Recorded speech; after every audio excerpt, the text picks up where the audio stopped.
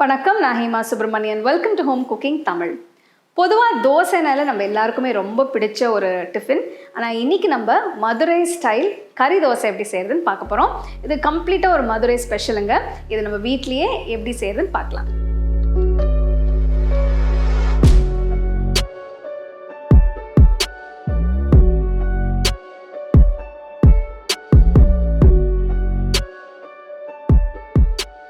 கறி தோசை செய்யறதுக்கு முதல்ல நம்ம கொத்துக்கறி செய்யணும். இதுக்கு ஒரு கடாயில் 1 டேபிள் ஸ்பூன் எண்ணெயை ஊற்றி இதில் 2 பெரிய வெங்காயம் பொடியாக நறுக்கினது, 2 பச்சை மிளகா பொடியாக நறுக்கினது, கொஞ்சம் கருவேப்பிலை போட்டு நல்லா வதக்கணும்.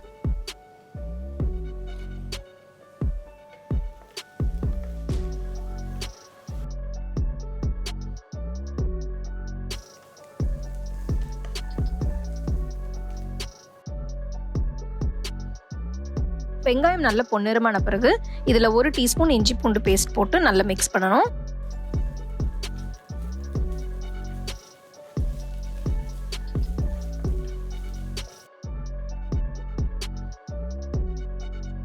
அடுத்தது இதில் 2 தக்காளி பொடியாக நறுக்கி போட்டு நல்லா வதக்கணும்.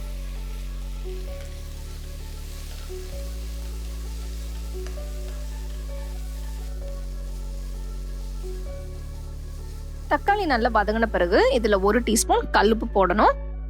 கல்லுப்பு இல்லைன்னா நீங்கள் சாதா உப்பு சேர்த்துக்கலாம். அடுத்தது இதில் 1 டீஸ்பூன் மிளகாய்த்தூள், 1 டீஸ்பூன் தனியாத்தூள், 1 டீஸ்பூன் ஜீரகத்தூள், 1/4 டீஸ்பூன் மஞ்சத்தூள், கொஞ்சம் மிளகு பொடி,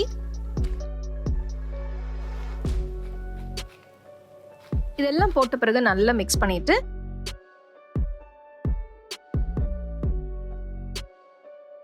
அடுத்தது இதில் 500 கிராம் மட்டன் கொத்துக்கறி சுத்தமாக கழுவி இதில் போடணும். கொத்துக்கறி போட்டு மசாலாவோட சேர்த்து நல்லா மிக்ஸ் பண்ணணும்.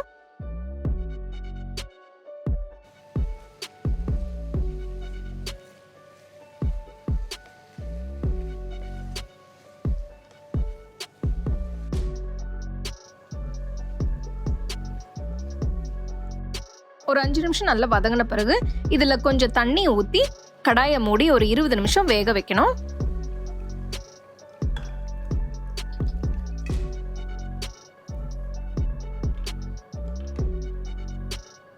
ஃப்ளேம் மீடியம்ல வச்சு வேக வைக்கணும்.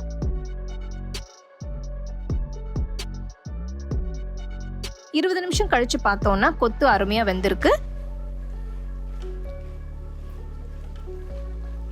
கடைசியில் இதில் ஒரு 1/4 டீஸ்பூன் கரம் மசாலா தூள் போட்டு கொஞ்சம் பொடியாக நறுக்கின கொத்தமல்லி இதையும் சேர்த்து நல்லா மிக்ஸ் பண்ணிட்டு ஸ்டவ்லேருந்து இறக்கிடுங்க.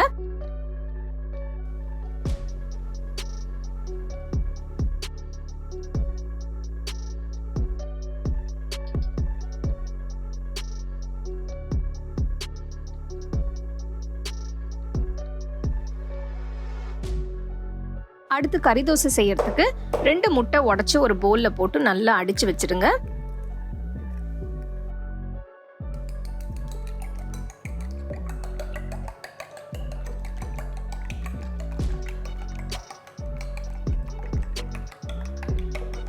அடுத்தது தோசை கல்லு இல்லைன்னா தவா சூடு பண்ணி ஒரு கரண்டி மாவை ஊற்றி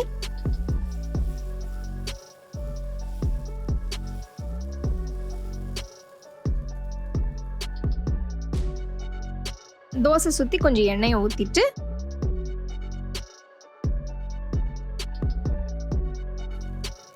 ஃப்ளேம் மீடியமில் வச்சு அடித்த முட்டையை லேசாக கொஞ்சம் மேலே ஊற்றணும்.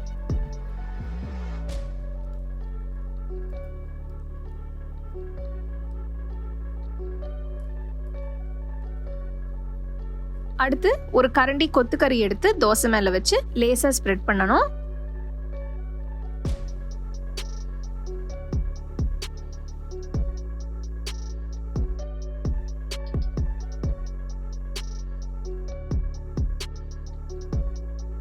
கறி போட்ட பிறகு அது மேலே பொடியாக நறுக்கின கொத்தமல்லி கொஞ்சம் போட்டு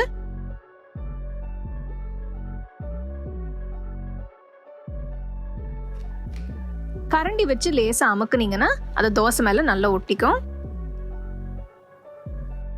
தோசை ஒரு பக்கம் சுட்ட பிறகு மெதுவாக மறுபக்கம் திருப்பி கறி தோசையை லோ ஃப்ளேமில் சுடணும். இப்போ கறி தோசை தயாராக இருக்கு. நல்ல சூடாக தேங்காய் சட்னியோட சர்வ் பண்ணுங்க.